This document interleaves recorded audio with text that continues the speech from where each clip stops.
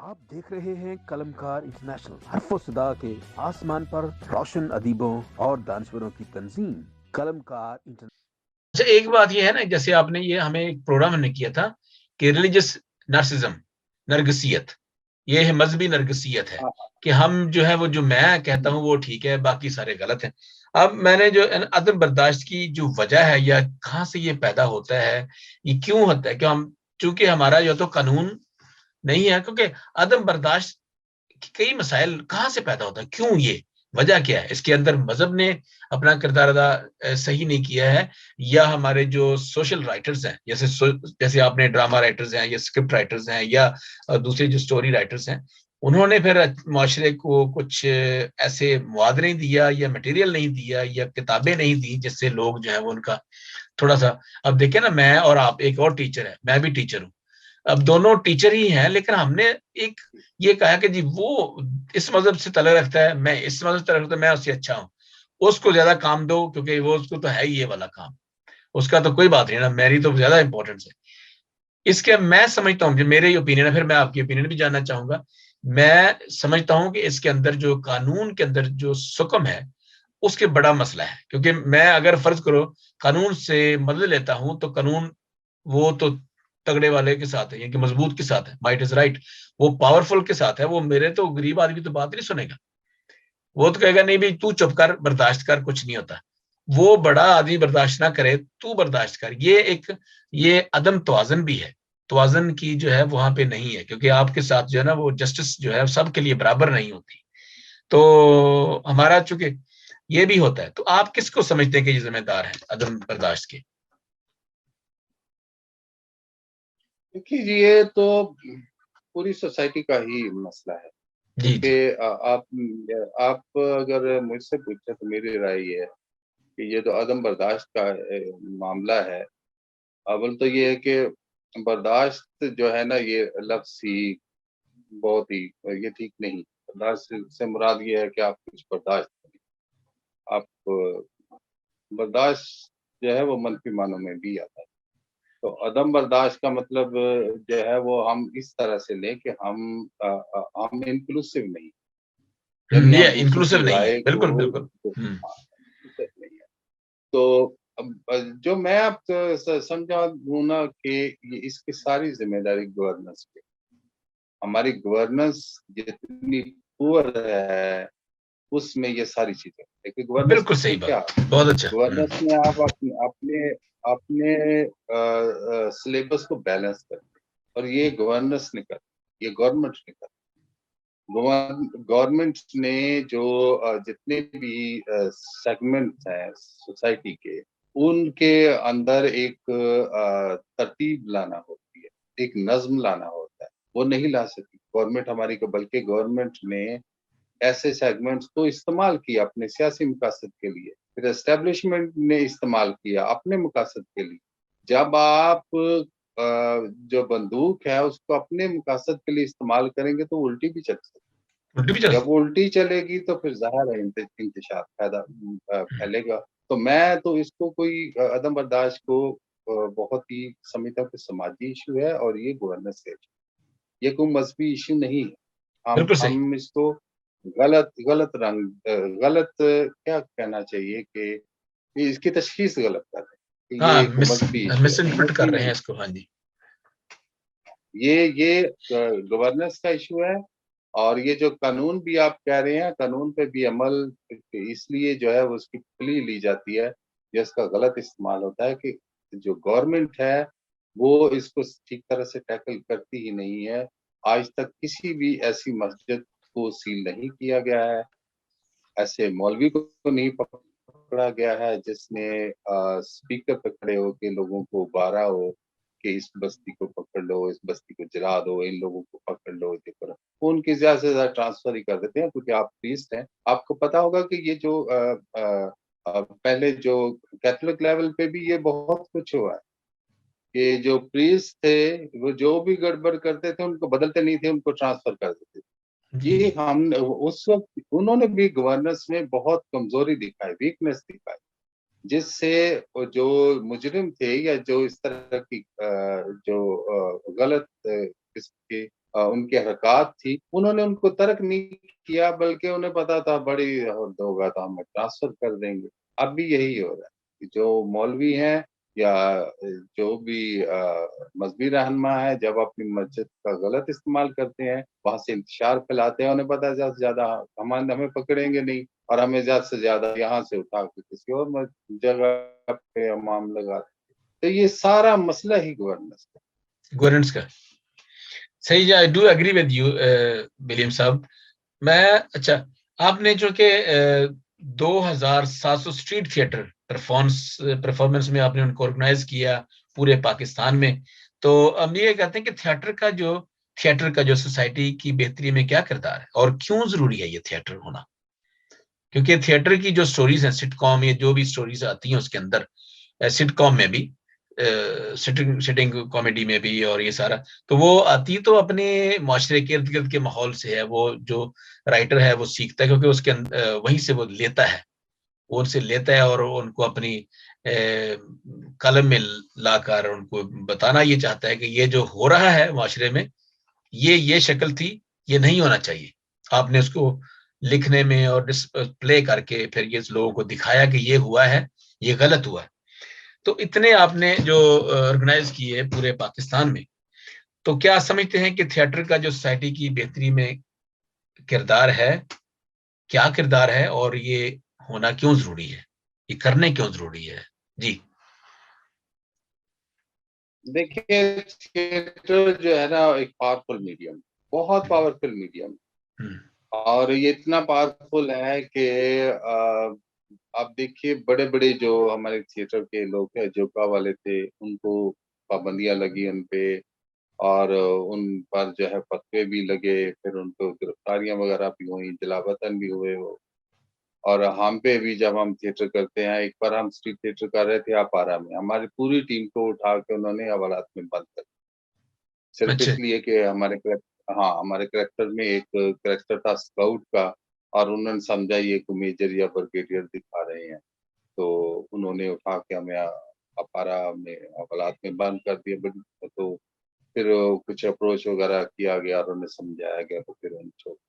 इसी तरह से हमारा थिएटर जो है ना, ये इतना ज़्यादा वो समझा जाता है, पावरफुल है कि हम पे नज़र रखी जाती है कि हम स्ट्रीट थिएटर का कहाँ कर रहे हैं, किस मौज़ू पे कर रहे हैं, और फिर जो है हमें थोड़ा-सा बताया भी जाता है कि इस नौइयत के ना किए जाएँ, जो कि हम बाज़ नहीं आते हैं। जो मेरे ज़्यादातर थिएटर हैं वो अवेयरनेस बेस्ड हैं। हमने कुछ उसके अंदर आपकी 500 सिचुएशन से बयान करते हैं, ज़्यादा सिचुएशन कॉमेडी है ये। हाँ जी वो जो वो अलहदा है, वो हमारा सिटकॉम जो है, वो टीवी के लिए होता है। जी, अच्छा अच्छा अच्छा अच्छा। जो स्ट्रीट थिएटर है, ये थिएटर के लिए है। सिटकॉम सिचुएशन कॉमेडी में उसमें कोई सिचुएशन आप लेते हैं और उस पर 10-15 मिनट की कॉमेडी आप क्रिएट करते हैं। लेकिन जो स्ट्रीट थिएटर है, ये तो सोशल इश्यूज़ पे होता है। और ये इतना पावरफुल है कि हमारा यहाँ जो मैंने आपको बताया ना, कोहिस्तान के इश्यू पे हमने किया। वहाँ 3 लड़कियाँ थी शायद, तो जी उनको कत्ल कर दिया था उन्होंने। तो हमने जो एक इंटरनेशनल वुमेन डे था, गालिबन ये 2008 या 9 की बात है। तो इंटरनेशनल डे पे हमने पूरा उसका प्रोग्राम रखा, रैली की, और पूरा जब रैली खत्म हुई तो हम एक जगह बैठे, तो फिर हम वहाँ स्ट्रीट थिएटर किया। वो अब हमें यूट्यूब पे भी है हमारे चैनल पे। जी जी। तो लोगों ने कहा कि पूरी रैली में नारे लगते रहे, तकरीरें होती रही जहाँ हम बैठे, हमें कोई ज़्यादा समझ नहीं आई। आपके ये 20 मिनट के थिएटर से हमें समझ आया कि मसला क्या है, वाह, क्यों ये बहुत सब अच्छा। कुछ हुआ। हम्म, तो थिएटर जो है ना वो ऐसा है, बाज़ औक़ात हमारा जो तो पहले 90 की दहाई में जब हमसे थिएटर वग़ैरह करवाया जाता था, तो वो कहते थे इनका थिएटर बीच में नहीं रखना है।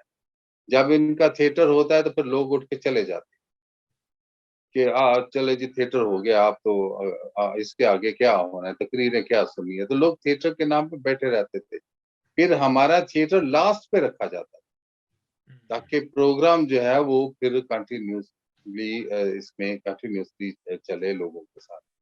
तो स्ट्रीट थिएटर जो है ना, इंडिया में बहुत ज़्यादा हो, बांग्लादेश में बहुत हो रहा है, पूरी दुनिया में स्ट्रीट थिएटर हो रहा है। हमारे यहाँ स्ट्रीट थिएटर वैसे बहुत कम होता है। हम लोग भी अब इतना स्ट्रीट थिएटर नहीं कर रहे हैं जितना करना चाहिए।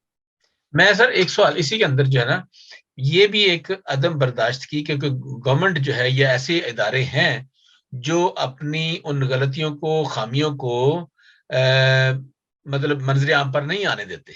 ये भी एक मसला है, और जिसकी वजह से जो मुआशरा है वो अखलाकी गिरावट का शिकार हो जाता है। क्योंकि हमें जो है वो, मैं अगर मुझे कोई ये कहे कि जी ये जो डॉक्टर बशीर गिल है ये है, तो मैं हूं, वो मैंने गलत काम किया है, लेकिन मैं उसको मानने के लिए तैयार नहीं हूं कि मैंने ये किया है। ये जमहूरी मतलब एक खूबसूरती भी है, हुस्न है जमहूरियत का, कि आपने अगर गलत काम किया तो उसको आपका एहतसाब भी हो, और आप उसको माने भी, आपने जो अगर किया है गलत तो। अच्छा, ये पाकिस्तान में जो थिएटर का मुस्तकबिल है और इसकी जो अदम पजीराई है, उसकी क्या वजूहत है?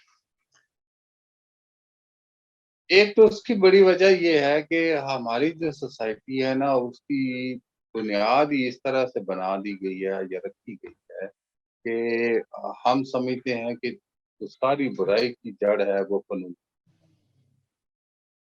उससे हुआ ये है कि जो फनून लतीफ़ा से जुड़े हुए लोग थे, उनको उनकी पज़ीराई भी नहीं हुई और उनको किसी पसंदीदा नज़र से देखा भी।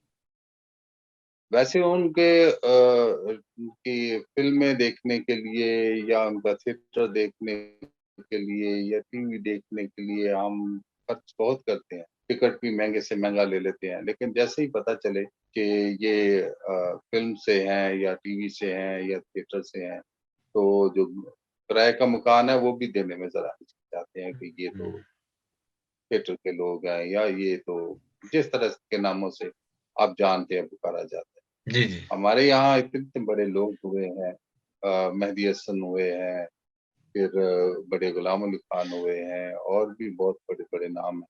लेकिन उनको भी जिन नामों से पुकारा गया है, आप समझते हैं। जी तो जी। एक तो बड़ी वजह ये है। दूसरा ये है कि हमारी हुकूमत ने भी, किसी भी हुकूमत ने सरकारी सतह पे भी जो कल्चर को जिस तरह प्रमोट करना चाहिए निचली सतह से, प्राइमरी स्कूल से, हाई स्कूल से, ये बज़्म अदब बनती हैं, लेकिन मैंने थिएटर ग्रुप बहुत कम देखे हैं स्कूलों में और कॉलेजेस में होते हैं, यूनिवर्सिटीज़ में भी होते हैं, लेकिन वहाँ पर क्योंकि ज़रा जो बच्चे हैं वो थोड़े इंडिपेंडेंट हो जाते हैं, तो अपने ग्रुप वगैरह बना, जी जी। लेकिन वो भी अपने तौर पे बनाते हैं। कोई उनको गवर्नमेंट की तरफ से या गवर्नमेंट के अंदर एक फंड होना चाहिए। तो भाई जो हमारे कल्चर की एक्टिविटीज़ करने वाले हैं, उनकी फैसिलिटेशन के लिए, ये नहीं कि उनको मुआवज़े देना, उनकी फैसिलिटेशन के लिए। मिसाल के तौर पर अगर कोई थिएटर फेस्टिवल हो रहा है तो स्कूल के बच्चे क्यों नहीं जाके थिएटर कर सकते? जी उसके लिए आप फंड रखें और उसके लिए कोई बाकायदा टीचर रखें। पहले हमारे ज़माने में स्कूल में ड्राइंग के टीचर थे। अब मुझे नहीं लगता कोई इस तरह का होगा। म्यूज़िक के टीचर हैं, वो भी बड़े-बड़े जो स्कूल हैं, ये नमल वगैरह ये इस तरह टर्म्स की कीजिए यूनिवर्सिटीज़ या सिटी स्कूल की जो ब्रांचेज़ हैं।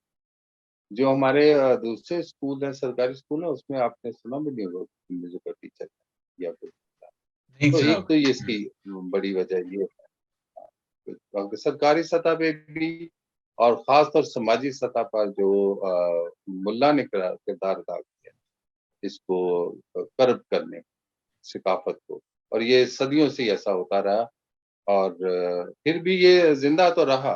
लेकिन देखिए ये इंडिया ने अपने उसको नहीं क्योंकि उनके ये मज़हब का हिस्सा है, उनके जो गवर्नमेंट है वो नेशनल स्कूल ऑफ ड्रामा उन्होंने एक ऐसा इदारा बनाया है जहाँ पर नसीरुद्दीन शाह, फिर शबाना आज़मी और फिर अभी भी जो नए-नए हैं आर्टिस्ट, वो वहाँ से ही आ रहे हैं। उनकी फ़िल्म इंडस्ट्री में एक बहुत बड़ी परसेंटेज है जो नेशनल स्कूल ऑफ ड्रामा से पढ़ के आए हैं एक्टर्स की, और उन्होंने थिएटर किया। थिएटर से लोग वहाँ से निकले और ज़ाहिर है कि फिर आप देखें पूरी दुनिया में उन्होंने अपनी फ़िल्म के ज़रिए जो पूरे इंडिया का पर्सपेक्टिव है, पूरे इंडिया का जो बयानिया है, उनकी जो आइडियोलॉजी है, आज उनकी फिल्म जिस तरह की भी बनती है, वो चाहे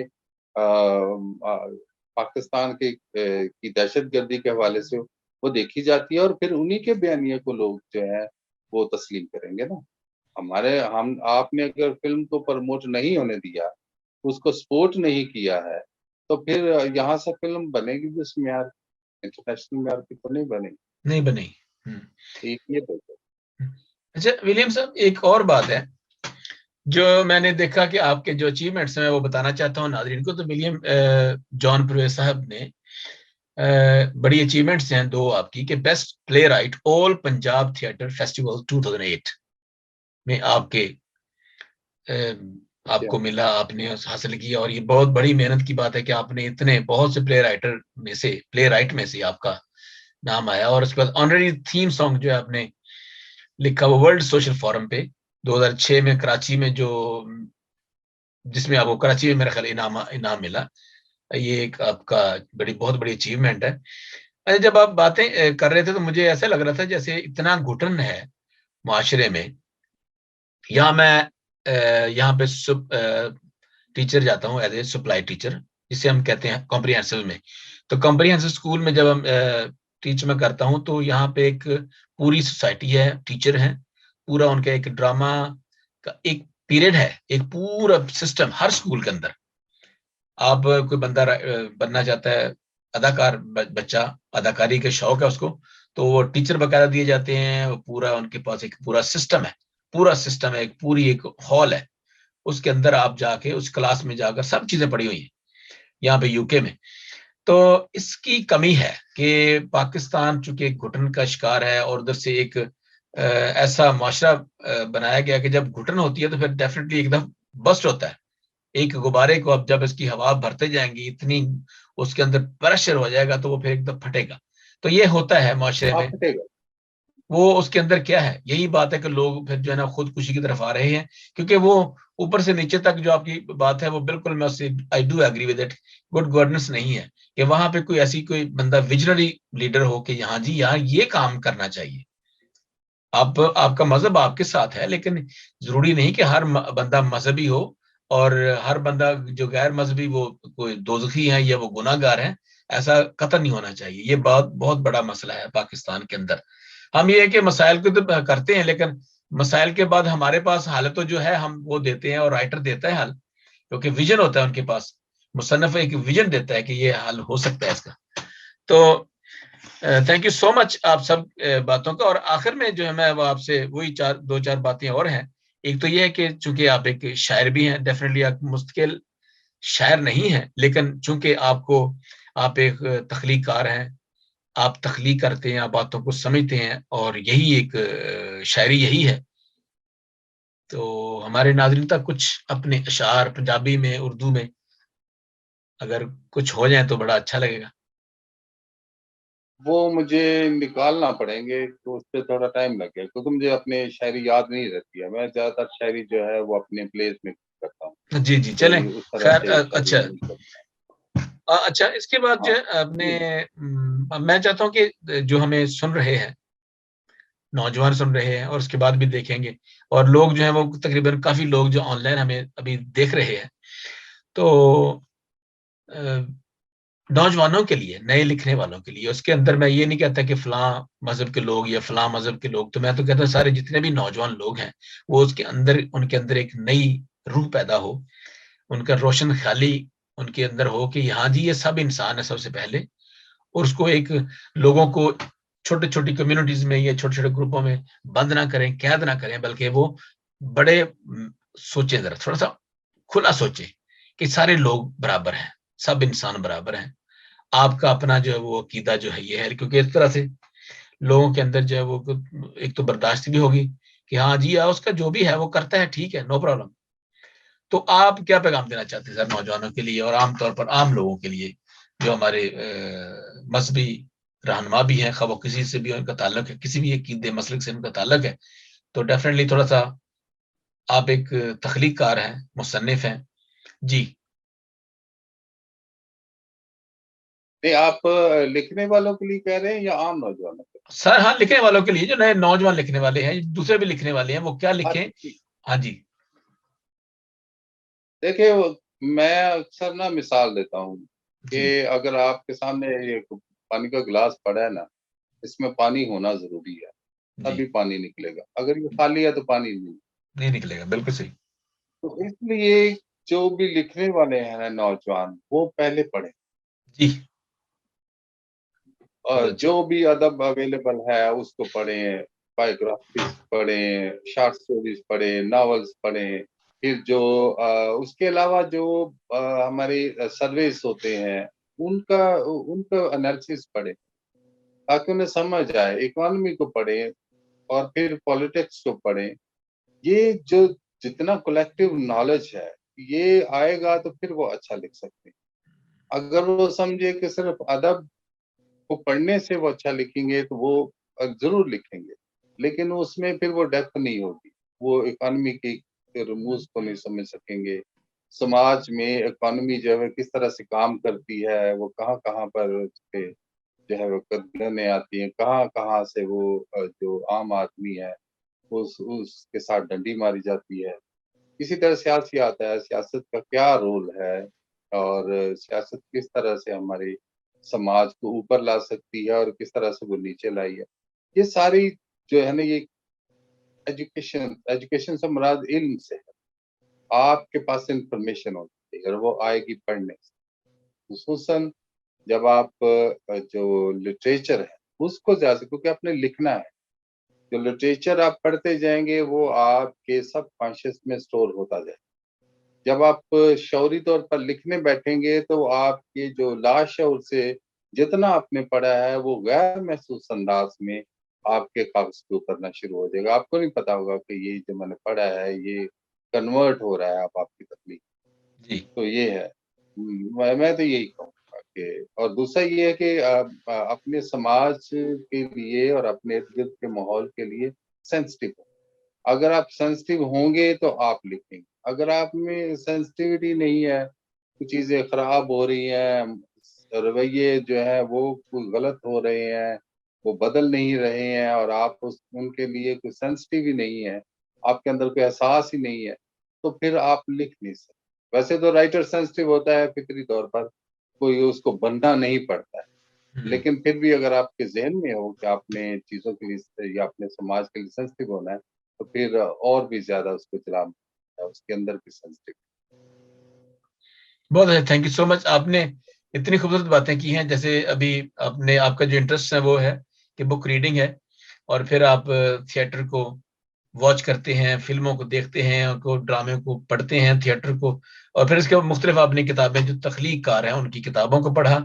फिर आप पेंटिंग्स करते हैं, पेंटिंग पसंद करते हैं, पोर्ट्रेट्स, गार्डनिंग का बहुत आपको शौक है। तो फिर आप मुख्तलिफ मुल्कों में भी गए हैं और आपने पाकिस्तान की नुमाइंदगी की है। जैसे अभी मैंने देख रहा था कि आपने इंडिया, नेपाल और कोलंबो में आपने एक रिप्रेजेंट किया पाकिस्तान के थिएटर के वसीला से, उसके जरिए से। तो मैं समझता हूँ कि हमारे नौजवानों को लिखना चाहिए, पढ़ना चाहिए। पहले तो पढ़ना चाहिए कि आप पढ़ें कि लिखना क्या चाहते हैं। आपकी मिसाल बहुत खूबसूरत है। Thank you so much William Parvez साहब। फिर एक और बात जो मैं आपके आपके आपकी सारी तजर्बे से सीखना चाहता हूँ, और मेरे नाज़रीन देखना भी चाहते हैं, कि हमारे जो मसीही राइटर हैं खास तौर पर, वो कुछ और भी हैं, लिख रहे हैं, ये लिखने वाले हैं। अभी जैसे आसिफ इमरान साहब हैं, वो एक अफसाना निगार हैं। इसके अलावा और बहुत से भी हैं, लेकिन वो थोड़ा सा उनके वो घुटे-घुटे रहते हैं, जरा थोड़ा सा ओपन नहीं होते। तो आप उनके लिए क्या पैगाम देंगे? देखिए, एक तो ये है कि आप जब राइटर हैं तो आप राइटर, जी, फिर आपको क्रिश्चियन, मुस्लिम, हिंदू, सिख वगैरह नहीं है। जी, देखिए लिखना जो जो भी आप, अब देखिए आपको खुदा ने वदीयत की है, आप खादिम। अब आप खादिम हैं तो आप सिर्फ ये नहीं हो सकता कि आपने सिर्फ जो आपकी बरादरी की, आपके मज़हब के लोग हैं, उनकी ज़िंदगियों में तब्दीली लानी। आप बिल्कुल, पर अब खुदा ने एक ज़िम्मेदारी डाली है कि जो भी इंसान आपने सबके लिए जो बेहतरी का रास्ता है वो रोशन करना। तो ये जो राइटर है इनको भी ये सोचना चाहिए कि ये कोई क्रिश्चियन मुस्लिम की बात नहीं है। आपको एक वदीयत हुई है, टैलेंट, आपको खुदा ने एक ज़िम्मेदारी दी है, आपने लिखना है और लिखना है फिर ऐसा जिससे आपको लगे कि समाज में कोई तब्दीली है, कोई बदलाव आए। आप रोमांटिक कहानियाँ भी लिखेंगे तो लाज़मी है कि उसमें कुछ न कुछ ऐसा सबक ज़रूर होगा, जिससे आप समाज को बताना चाह रहे होंगे कि ये गलत हो रहा है। मिसाल के तौर पर अगर कोई लव स्टोरी आप लिख रहे हैं जिसमें लड़के और लड़की को बहुत मज़ाहमत के बाद शादी करना पड़ रही है, तो आप एक मैसेज दे रहे हैं कि भई ये उनका एक फितरी हक है, आप उसके लिए रुकावटें क्यों बन रही हैं? हमारे लिए वो लव स्टोरी पढ़ने वाले के लिए, लेकिन उसके अंदर एक मैसेज हो और उस मैसेज को आप ये समझ के ना देख के कि जी मैं तो इस मज़हब से या इस फ़िरका से या इस क्लास का राइटर हूँ, तो नहीं, आप राइटर हैं। आपने ज़िम्मेदारी, मैंने तो कभी ये सोच के नहीं लिखा है डॉक्टर साहब कि मैं तो क्रिश्चियन राइटर हूँ या मैं मिनार्टिस्ट, मैं राइटर हूँ, मैं लिखता हूँ। मैं एक जगह मैंने थिएटर किया, तो उसमें कल्चर के हवाले से चीज़ें थी कि उनका ख़्याल था ये कि हमारा बड़ा जी कल्चर था, पर्दा था, तो ये था, तो वो था। तो मैंने कहा भाई फिर उस वक़्त लाचा भी था, उस वक़्त पगड़ी भी थी, उस वक़्त हुक्का भी था, तो ये सारी चीज़ें ले आओ फिर। उसमें छकड़े भी थे, तो आप मोटर बाइक ना यूज़ करो फिर उसी कल्चर में रहो। तो उनको कुछ और चीज़ें भी मैंने कही तो वो उनको बहुत बुरा लगा कि जी सर ये तो आप कल्चर को इस तरह से नहीं कर सकते, हमारे कल्चर की आप तौहीन कर रहे हैं। मैंने कहा यार मैं आपको खुश करने के लिए नहीं लिखा। बहुत अच्छा, मुझे जो कहना है मैंने वो कहना है।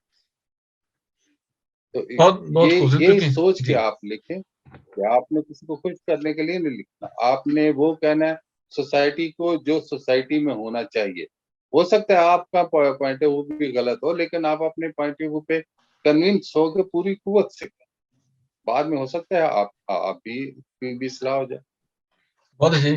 थैंक यू सो मच जी। आप ये प्रोग्राम देख रहे थे कलमकार इंटरनेशनल पे और हमारे साथ थे जनाब विलियम जॉन पुरेस साहब पाकिस्तान से, जो बेशुमार खूबियों के मालिक हैं और हमारे लिए बल्कि पूरी इंसानियत के लिए फ़ख्र है। जब आपने ये कहा कि वाकई राइटर जो होता है, ये शायर जो होता है, वो शायरी इंसानों के लिए करता है, वो किसी मजहब के लिए नहीं लिखता। हाँ, वो मजहबी शायरी और होती है, और जब हम अफाकी शायरी करते हैं तो एक अफाकी मैसेज होता है जो पूरे इंसानों के लिए होता है, खा वो किसी से भी उनका ताल्लुक हो, किसी भी फिरके से, किसी भी मुल्क से उनका ताल्लुक हो। तो हम इस जब हम कोई शेर कहते हैं तो हम पूरे इंसानों को सामने रख के शेर कहते हैं। कोई स्टोरी लिखते हैं तो वो सब इंसानों के लिए होती है। तो सर आपने बहुत हमें वक्त दिया अपने हमारे कलमकार इंटरनेशनल की ऑर्गेनाइजेशन को, तो मैं आपका बहुत ही ममनून हूँ। आपने वक्त दिया और अपनी खूबसूरत बातों से हमारे जितने देखने वाले कि उनके ज़हनों को खोला, उनको रोशन किया कि इस तरफ ये भी है कि हम मेहनत करके और ये चीज़ें करके तो हम अपना नाम पैदा कर सकते हैं, या कम से कम आप इंसानों के लिए कुछ ऐसा काम कर सकते हैं जो दुनिया याद रखे, और ये बहुत बड़ा काम है। तो थैंक यू सो मच। हमारे कलमकार के लिए जी, कुछ आपका भी आपने बहुत शुक्रिया, जी, आपने मेरे साथ बात की है, दोस्तों तक पहुँचाई है। हाँ जी, नहीं बहुत और अच्छा लगा। मैं मैं जो लाइव देख रहे थे, हाँ, नहीं, जो लाइव देख रहे हैं उनके लिए भी उनका भी बहुत-बहुत शुक्रिया, मैं उनका बड़ा मशहूर तो वो उन्होंने वक़्त दिया है मेरे जी, को। बहुत अच्छा। थैंक यू जी। फिर नए मौजू के साथ, नई शख्सियत के साथ हाज़िर होंगे। अब इजाज़त दीजिए। Thank you so much. बहुत शुक्रिया जी विलियम जॉन पुरेस साहब, बहुत थैंक यू सो मच आपका। Thank you. आप देख रहे हैं कलमकार इंटरनेशनल, हर्फ़ो सदा के आसमान पर रोशन अदीबों और दानश्वरों की तंजीम। कलमकार